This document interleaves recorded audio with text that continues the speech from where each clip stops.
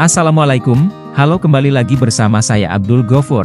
Kali ini kita akan membahas materi konsep teknologi tentang perbedaan fungsi governance dan manajemen dalam COVID-5. Deskripsi singkat. Pertama, seiring dengan perkembangan teknologi informasi TI, organisasi menghadapi tantangan dalam mengelola dan mengatur TI secara efektif. Kedua, TI seringkali tertinggal dibandingkan dengan area lain dalam organisasi, membuat pengelolaan TI menjadi tantangan tersendiri. Dan ketiga, perbedaan antara tata kelola governance dan manajemen TI adalah kunci untuk memastikan TI memberikan nilai dan mendukung tujuan bisnis. KOBIT 5 adalah kerangka kerja untuk tata kelola dan manajemen TI yang dikembangkan oleh ISAKA bertujuan untuk membantu organisasi dalam mencapai tujuan mereka dengan mengoptimalkan risiko dan sumber daya TI. Fungsi utama KOBIT 5, menyediakan panduan komprehensif untuk tata kelola dan manajemen TI, kemudian memastikan TI selaras dengan tujuan bisnis dan memberikan nilai bagi pemangku kepentingan. Prinsip utama KOBIT 5 menerapkan kerangka kerja terintegrasi, memenuhi kebutuhan pemangku kepentingan, kemudian memisahkan tata kelola dari manajemen. Governance dalam KOBIT 5 memastikan bahwa kebutuhan, kondisi, dan opsi pemangku kepentingan dievaluasi untuk menentukan tujuan perusahaan yang seimbang, menetapkan arah melalui penentuan prioritas dan pengambilan keputusan. Tanggung jawab tata kelola, yang pertama evaluasi, menilai dan menetapkan tujuan yang seimbang untuk pencapaian perusahaan, kedua arah, menentukan prioritas dan membuat keputusan strategis, dan ketiga pemantauan, mengawasi kinerja, kepatuhan, dan kemajuan terhadap tujuan yang disepakati. Tanggung jawab manajemen terdiri dari beberapa bagian. Yang pertama perencanaan, menyusun rencana untuk mencapai tujuan yang ditetapkan oleh tata kelola.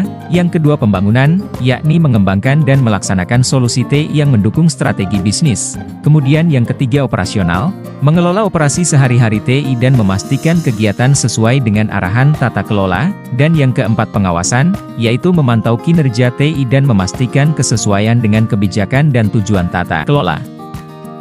Perbedaan governance dan manajemen. Pada segi aktivitas, aktivitas governance terdiri dari evaluasi, arah, dan pemantauan, sedangkan pada manajemen, terdiri dari perencanaan, pembangunan, operasional, dan pengawasan. Dari segi struktur organisasi, pada governance, tanggung jawab biasanya ada pada Dewan Direksi atau Badan Pengelola Puncak, sedangkan pada manajemen, tanggung jawab biasanya ada pada manajemen eksekutif di bawah CEO. Dalam segi tujuan, governance menetapkan arah strategis dan memastikan kesesuaian dengan tujuan bisnis, sedangkan pada manajemen mengimplementasikan dan mengelola kegiatan TI sehari-hari untuk mendukung arah yang ditetapkan oleh tata kelola.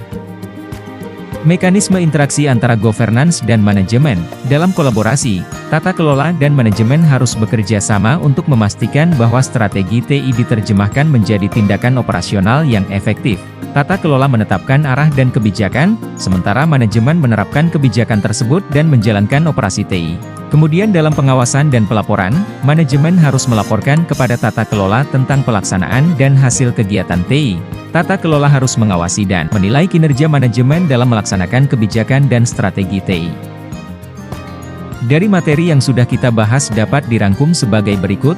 Dalam pemisahan fungsi, governance lebih fokus pada evaluasi, penetapan arah, dan pemantauan.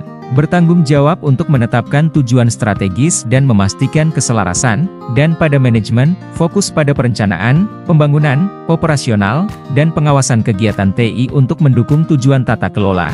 Dalam kolaborasi, pentingnya interaksi yang efektif antara governance dan manajemen untuk memastikan bahwa strategi TI diterjemahkan ke dalam praktik operasional yang efektif. Kemudian dalam kerangka kerja KOBIT 5, KOBIT 5 menyediakan kerangka kerja untuk memisahkan dan menyelaraskan fungsi governance dan manajemen, memastikan pengelolaan TI yang holistik dan efektif. Sekian dari saya Abdul Gofur. Bila ada salah dalam penyampaian materi ini mohon dimaafkan. Terima kasih dan sampai jumpa.